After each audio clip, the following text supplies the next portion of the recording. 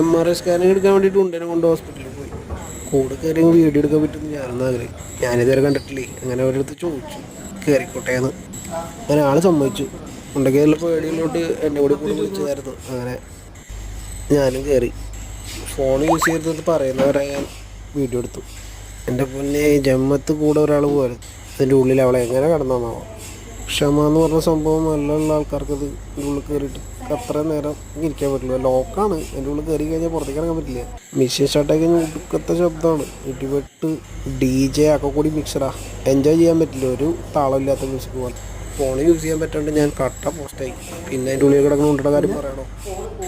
ഞാനൊന്നും ഉറങ്ങിപ്പോയി. ഉണ്ടേ നല്ല ഉറക്കം കഴിഞ്ഞിട്ട് വന്നേക്കാം. ആശാന്റെ കിളി പോയി. അവിടെ ഫുള്ള് സൗണ്ട്. അത് കഴിഞ്ഞിട്ട്